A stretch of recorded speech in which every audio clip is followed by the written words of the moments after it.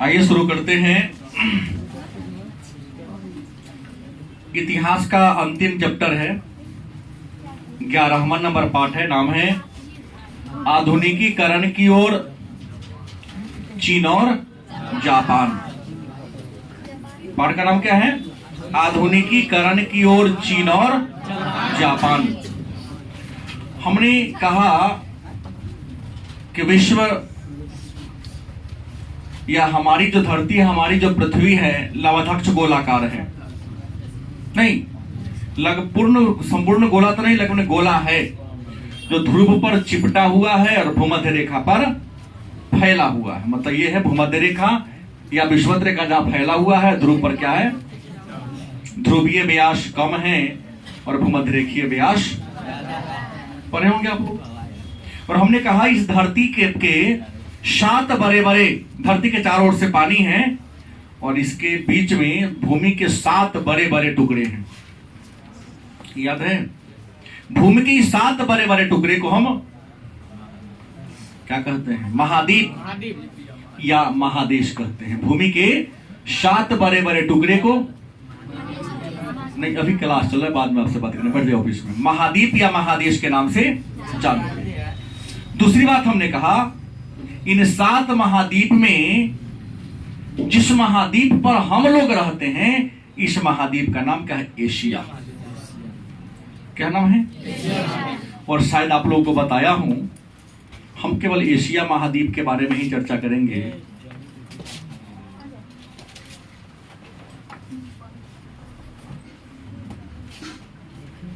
इस टाइप का यहां पर एशिया महादेश मान लो, काल्पनिक यहीं पर एशिया महादेश है और एशिया महादेश के बीच से ये लगभग भूमध्य रेखा, 0 डिग्री देशांतर रेखा, सॉरी विषुवत रेखा, और इस पर एक काल्पनिक की रेखा और है, उत्तरी गोलार्ध में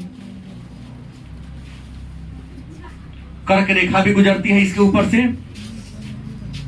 और नीचे से कुछ देशों को नीचे मकर आती है। तो ये यहां देश है। और इसी एशिया महादेश में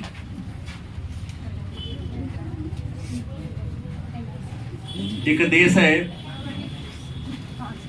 यहां पर हमारा है भारत। याद है ना? ये मेरा भारत है और भारत के इस साइड में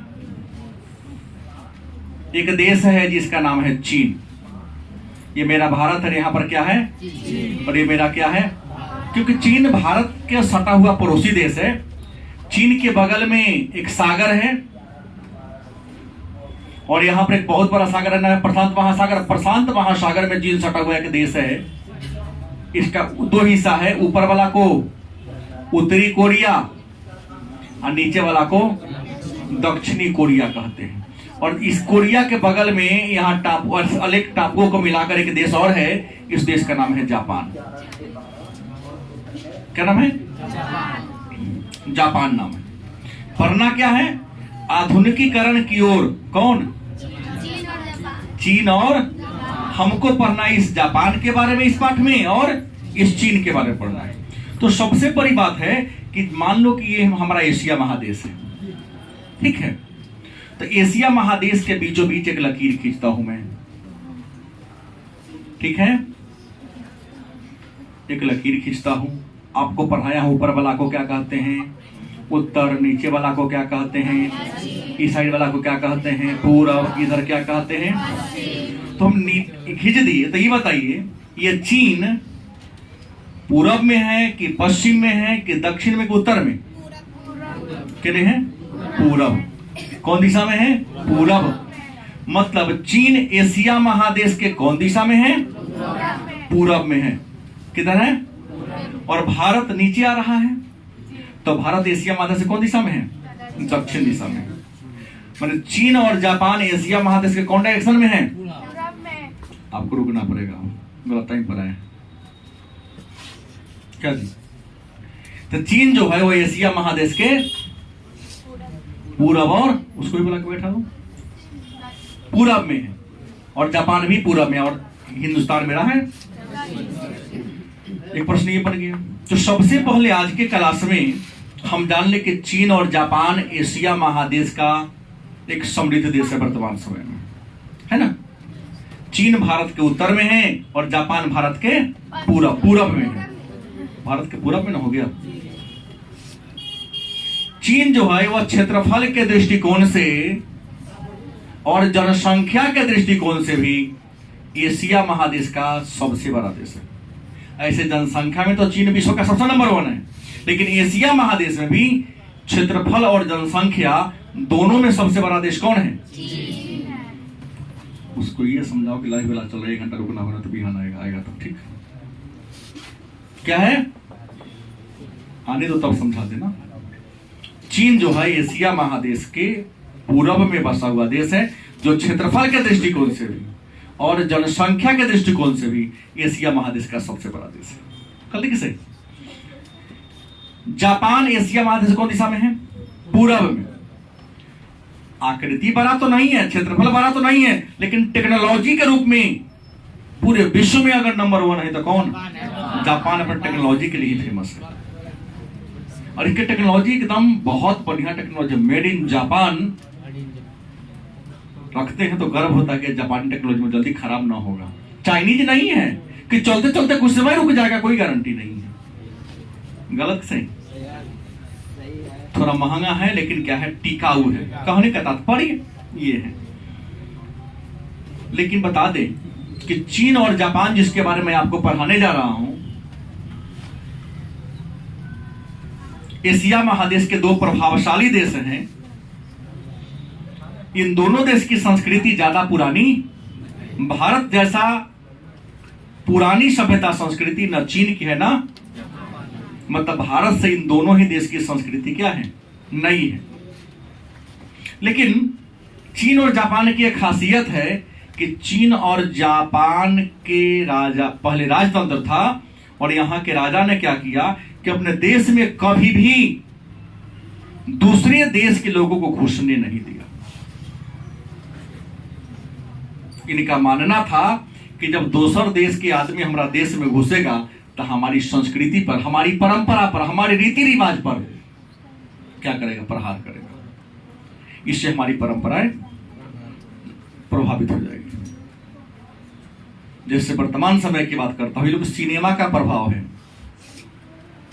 कि क्लास में लोग बैठता है ना तो बतियाता है, तो ना बतिया रहे हैं।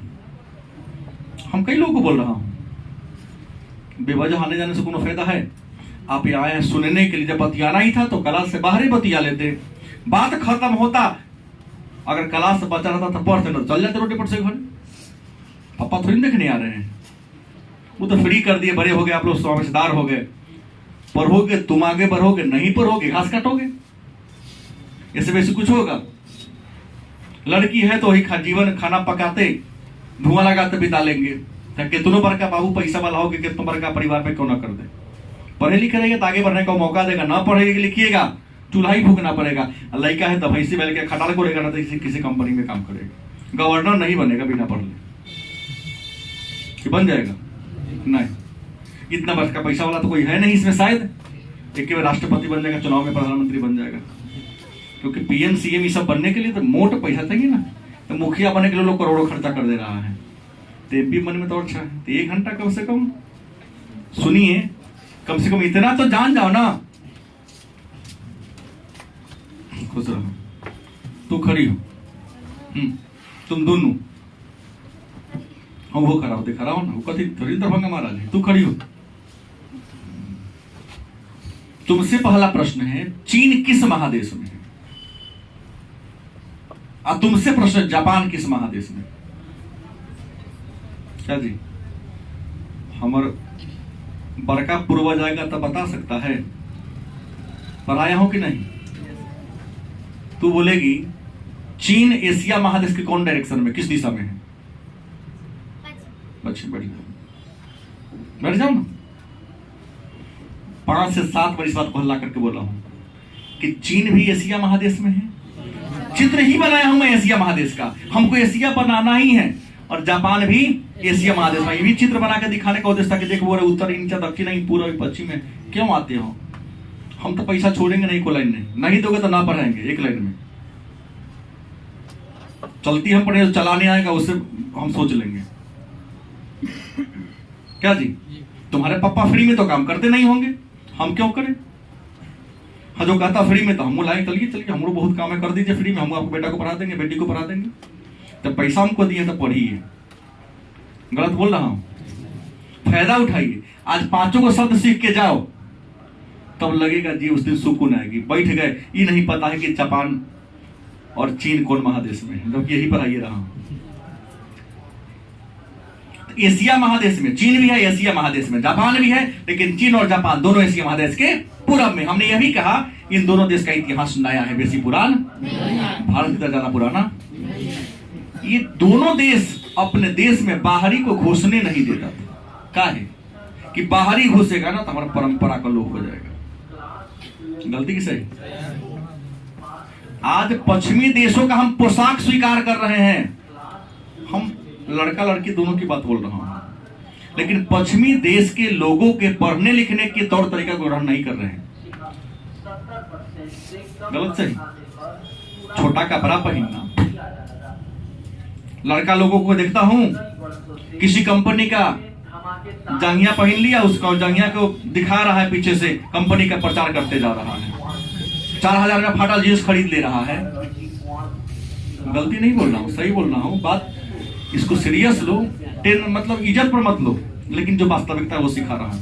अपनी कल्चर को हम भूलते जा रहे हैं। अमेरिका वाला को देखो, कपड़ा अपने का पूरे शरीर को ढकते हुए पहनेगा, और हमारे यहां धीरे धीरे छोटे होते जा रहा है।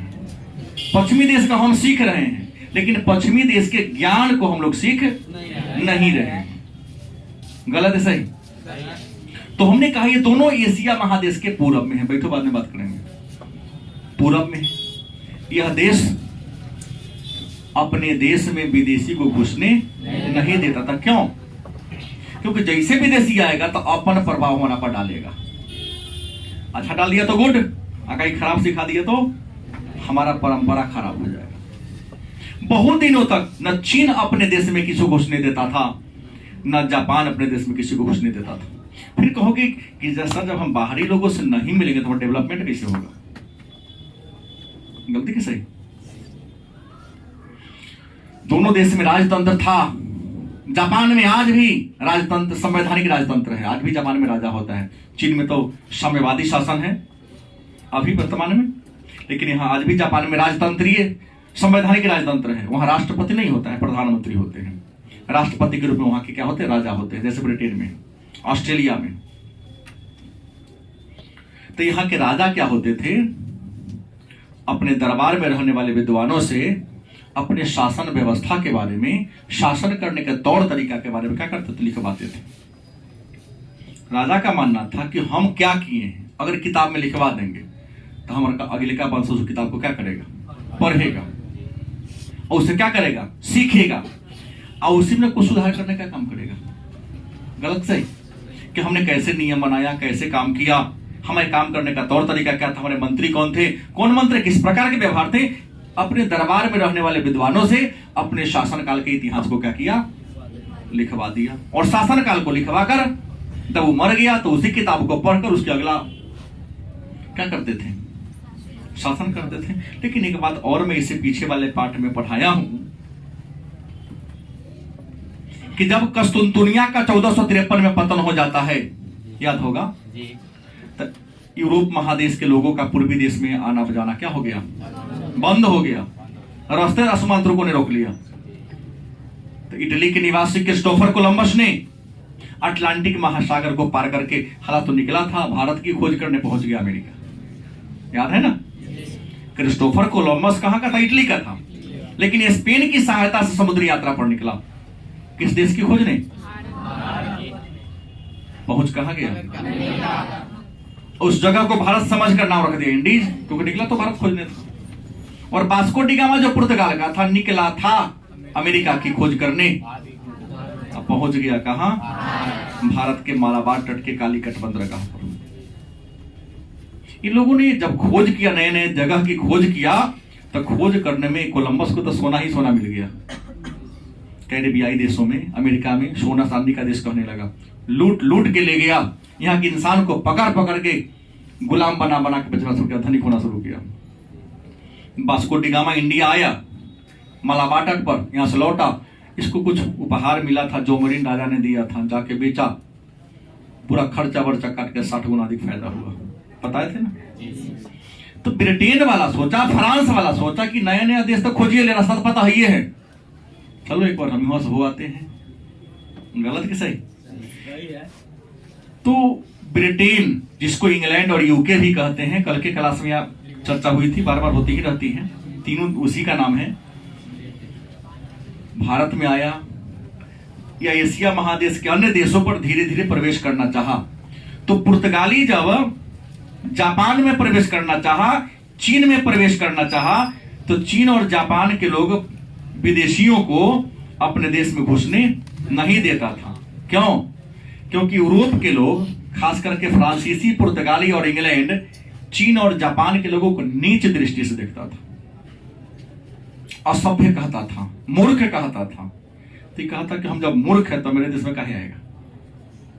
गलत सही? हम तुमको अपने देश में आने, तो घुसने का प्रयास करता था, लेकिन लोग घुसने उसने देता। बाहरे घूम घाम के जहाज पर से किनारे किनारे से कोई सामान वामान बेच बाच के चला जाता था। लेकिन इसी क्रम में हम सबसे पहले आज अभी जापान पर चर्चा कर दे रहा हूं, टाइम मिलेगा तो चीन पर आएंगे, तो चीन पर कल चर्चा करेंगे। जापान की बात कर दे रहा हूं कि जापान भी अपने यहाँ किसी को जाने देता नहीं था, और जापान में क्या था? राजतंत्र था, राजा का शासन था, और राजा का पद जो क्या था? वंशानुगत था। हम जापान की बात करते हैं, अगर मैं यहां लिख दे जापान, तो आपको मैंने पहले कहा कि जापान एशिया महादेश में है, और एशिया महादेश किस दिशा में? पूरब में है, ईस्ट में है। जापान की राजधानी कहाँ है? टोक्यो। कहाँ है?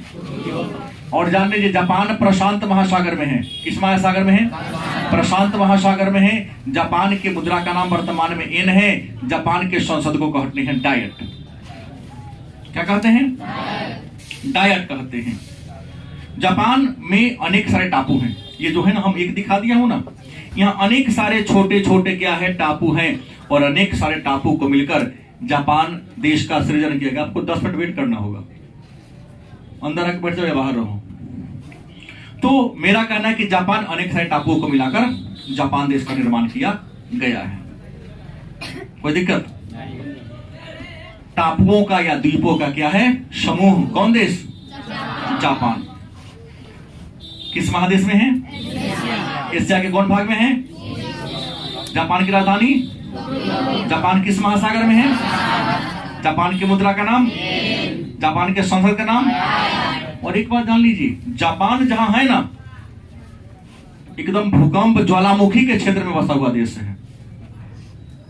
ज्वालामुखी के मुंहे पर बसल जापान का सब टापू है। जापान में साल में कम से कम 1500 बार छोटका बड़का भूकंप अयबे करता है। दिन में 4 से 5 से 6 बार भूकंप अयबे करता है डेली। अभी क्लास में आना चाहिए, भूकंप देखो सो रहा है लास्ट में, सबसे लास्ट वाला। वो तो मोक्ष प्राप्ति के लिए कितना बेईमान है, आगे रहेगा जगह बैठ जाएगा पीछे, तीसरा का नजर पड़ेगा नहीं, उठाएगा तो।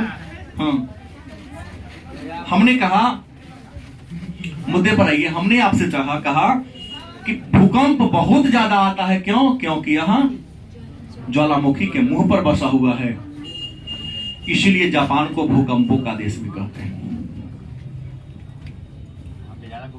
हाँ, ज्यादा भूकंप आता है। किसे भूकंपों का देश कहते हैं? जापान को कहते हैं। हाँ, साल में 1500 बार के आसपास भूकंप आ ही जाता है। अगर आगे के मुद्दे पर चर्चा करूं, आइए बैठ जाइए, आगे के मुद्दा पर हम चर्चा करें तो जापान एशिया महादेश के सबसे पूरब में है। बैठ जाइए 10 मिनट। जापान एशिया महादेश के सबसे पूरब में है, इसलिए सबसे पहले सूर्य का दर्शन कहां होता है? जापान में। इसलिए जापान को सूर्योदय का देश भी कहते हैं। जापान में घुसने का प्रयास सबसे पहले डचों ने किया, फिर पुर्तगालियों ने किया, फिर स्वीडन ने किया, और सबसे लास्ट में कौन गया? इंग्लैंड। और धीरे धीरे, लेकिन रियल में जापान के द्वार को, गेट को खोला कौन? तो अपने बल से अमेरिका का एक नाविक था जिसका नाम था कोमोडोर पेरी, उसने बलपूर्वक जापान में प्रवेश करने का काम किया। और जैसे ही अमेरिका घुसा तो धीरे धीरे यूरोप महादेश के या विश्व के कई देश जापान में घुस गए और वहां पर क्या करना शुरू कर दिया, व्यापार करना, शासन ने व्यापार करना शुरू कर दिया। और व्यापार करते करते वहां के कुछ प्रभावशाली लोगों को अपने गिरफ्त में या अपने कब्जा में कर लिया और राजा के प्रभाव को क्या हो गया, घटा दिया गया। ये जापान में हमने पहले कहा कि राजतंत्र था। जापान में क्या था, राजतंत्र था। लेकिन राजा अपन सब काम अपने विशेष पदाधिकारी से करवाते थे। उसका नाम था डैम्यो। क्या नाम था, डैम्यो। राजा अपन सारा जमीन इसको दे देते थे और डैम्यो ही खेती बाड़ी क्या करता था और खेती बाड़ी करके उत्पादन का कुछ हिस्सा अपने पास रख के बाकी राजा को पहुंचा दिया करता था। डैम्यो समझ गया कि हम हैं तब ही राजा है, अगर हम थोड़ा पीछे राजा का साथ नहीं देंगे तो राजा का अस्तित्व क्या हो जाएगा, मिट जाएगा। परिणाम क्या हुआ कि डैम्यो ने क्या किया, अनेक हजारों की संख्या में यहाँ डैम्यो थे, छोटे छोटे जमींदार एक दूसरे पर लड़ाई झगड़ा करते करते डैम्यो अपने आप को बहुत बड़ा ताकतवर बना दिया। अच्छा, बहुत बड़ा ताकतवर बन गया तो कहलाने लगा शोगुन, माने जमींदार। बहुत बड़ा जमींदार बन गया, छोटका कई छोटे छोटे को जीत करके शोगुन कहलाया। अब जापान में राजा का प्रभाव क्या हो गया, कम हो गया। आज जैसे ही राजा का प्रभाव कम हुआ तो प्रभाव किसका बढ़ गया, शोगुन का प्रभाव बढ़ गया। आज जैसे ही शोगुनों का प्रभाव बढ़ा तो जापान में विदेशी का दबदबा और आगे बढ़ने लगा, क्योंकि राजा अलग बात होती है और जमींदार। राजीव गांधी ने ठीक कहा था कि मछली के बच्चा को कोई तैरना नहीं सिखाता। क्या जी, अब कोई कहे कि मलाह के बच्चा जिसके पिता ने मछली उसको जाल फेंकने ना आएगा, असंभव है। घर में जाल टंगले रहता है, कुछ न कुछ तो फैलाता ही होगा, घोड़े में घुमा देगा। अरे वही घुमाते घुमाते बड़का फेंकने वाला बन जाएगा वो। गलत कि सही? तो कहने का तात्पर्य है कि राजा के प्रभाव को क्या कर दिया गया, कम कर दिया गया। और जैसे ही राजा का प्रभाव घटा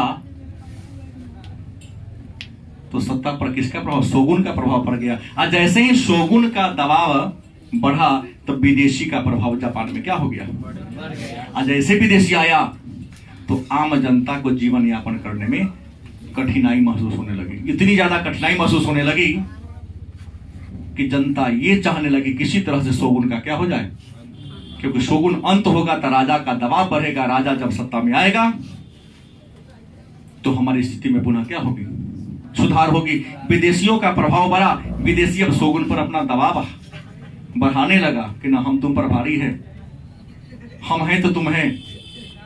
इसी क्रम में आम जनता का राजा को क्या मिल गया, सपोर्ट मिल गया। और जैसे ही राजा को सपोर्ट मिला तो 1868 की कहानी है। कब की, 1868 ईस्वी की कहानी है कि जापान में एक राजवंश था, नाम था मेइजी। बीए इतिहास ऑनर्स में थर्ड पार्ट में पढ़ना है। मेइजी एक राजवंश था। इस राजवंश ने आम जनता की सहायता से शोगुन को उसके प्रभाव को दबा दिया और 1868 में पुनः जापान में राजतंत्र क्या हो गया, कायम हो गया। तो 1868 में शोगुन का प्रभाव गया और पुनः मेइजी राजवंश का शासन में दबदबा बढ़ गया, जिसको हम मेइजी पुनर्स्थापना के नाम से जानते हैं। तो आपके मन में एक प्रश्न होगा कि सर आखिर मेइजी पुनर्स्थापना क्यों हुआ, मेइजी पुनर्स्थापना क्यों हुआ, शोगुन का प्रभाव घट कहा गया? तो पहला कारण था, मेइजी पुनर्स्थापना का पहला कारण था सामाजिक असंतोष।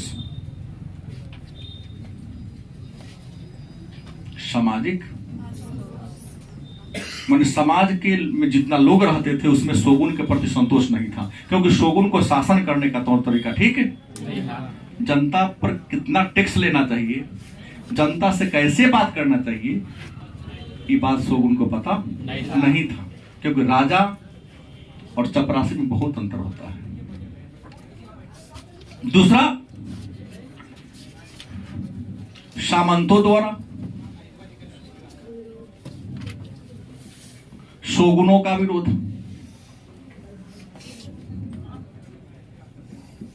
सामंत शोगुन को कहा जाता था, सामंत डेमियो को कहा जाता था, कमजोर था, शोगुन बड़ा था।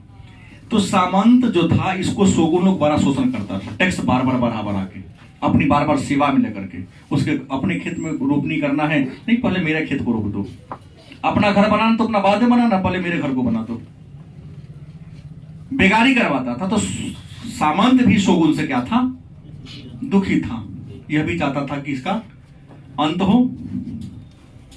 तीसरा था विदेशियों का बढ़ता क्या,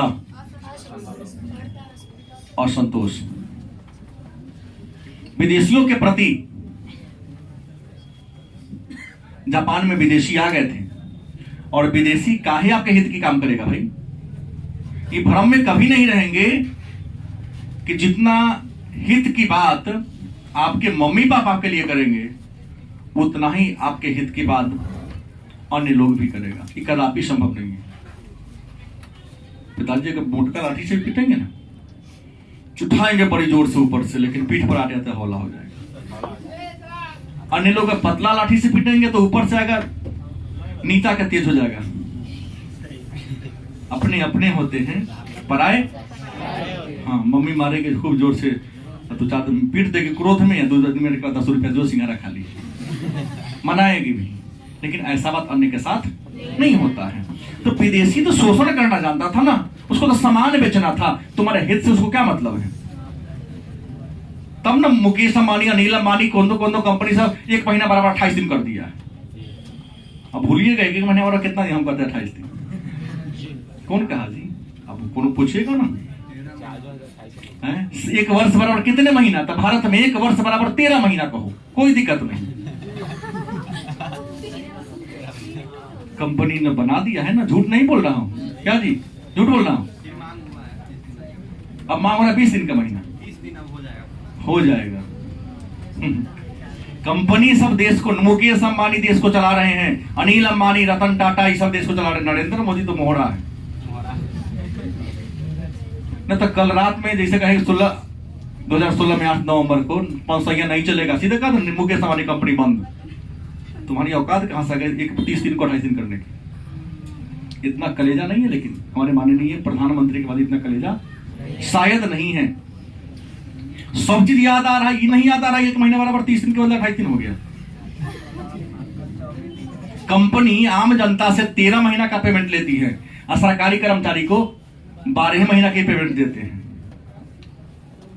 बात गलती बोल रहा हूं तो वापस ले सकता हूं, लेकिन बात गलत नहीं है। आम जनता का शोषण किया जा रहा है पूंजीपति वर्ग के द्वारा, और हमारी सरकार उस पर ध्यान नहीं दे रही है क्या जी? जबकि राजा हैं, उनको देना चाहिए। मुकेश अंबानी को बुलाकर, क्या श्रीमानी, कौन टेक्नोलॉजी है ये, सुधार कीजिए। खैर मुद्दे पर आई। तो विदेशी आज के पूंजीपति के समान खूब शोषण कर रहा था, जनता त्रस्त थी, दुखी थी। और चौथा था सामंतों का, सामंतों एवं शोगुनों का संघर्ष। सामंत और शोगुन हमेशा आपस में लड़ाई झगड़ा करते रहते। जनता इससे क्या थी, त्रस्त थी। ठीक है जी, गुड बाय। जनता इससे आपस में क्या थी, त्रस्त थी। बुझ गए? ये कारण था। फिर कहेंगे सर मेजी का शासन आया तो इसका महत्व क्या हुआ, इससे लाभ जनता को क्या हुआ? क्योंकि जनता तो हम लेके बांध जानते, राजा कोनो बने, हम गरीब के गरीबे रहेंगे, मजदूरी करेंगे तभी काम पेट भरेगा। गलती किसे? ये भ्रम में नहीं रहो कि राहुल जाएंगे तो गरीब को अमीर बना देंगे क्या जी? ठेला चलाने वाला को स्कॉर्पियो खरीद के दे देंगे। भ्रम में कभी नहीं रहना। ठेला चलाने वाला ठेले चलाएगा, क्योंकि इंसान धन से अमीर और गरीब नहीं होता है, ब्रेन से अमीर गरीब होता है। क्योंकि हमने कहा है गरीब अपने गरीब के लिए खुद जिम्मेवार है, क्योंकि गरीब आगे बढ़ने के लिए सोच ही क्रिएट नहीं करता है, सोच में नहीं करता है। मुकेश अंबानी बना दिए, मोबाइल जिद करके 10,000 मिला है, खरीद लिया, पढ़ेगा ना दिन भर फ्री फायर पबजी, जो भी हो, जो कहा गया वही मानो ना। इंस्टाग्राम कसी तो खेलते रहता, उतना घंटा पढ़ेगा तो कल्याण होगा ना। किसी बताओ एक पूंजीपति वर्ग के बेटा को कि 12 घंटा का भी गेम खेलता हो? नहीं।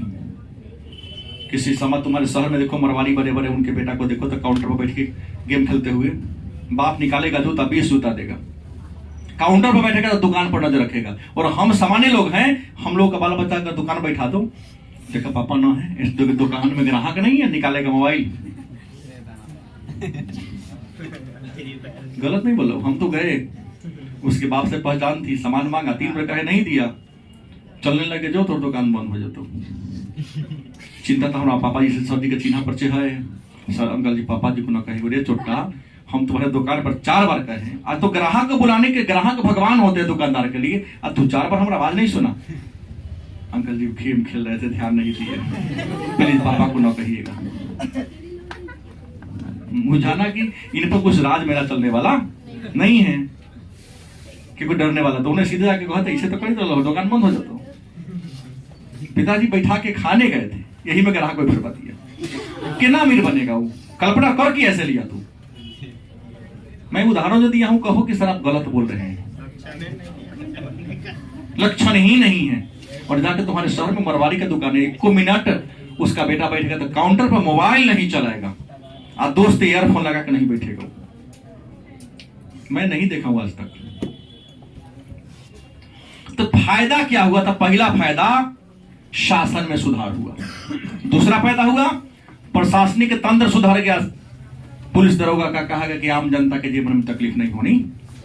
तीसरा सेना में सुधार हुआ, सामंत उसी को सेना बना देता था जो गौरवर आदमी था। राजा ने कहा कि नहीं, हम ट्रेनिंग लेंगे, दौड़वाएंगे, आज जो सफल होगा उसी को सेना में क्या करेंगे, भर्ती करेंगे। शिक्षा में सुधार हुआ,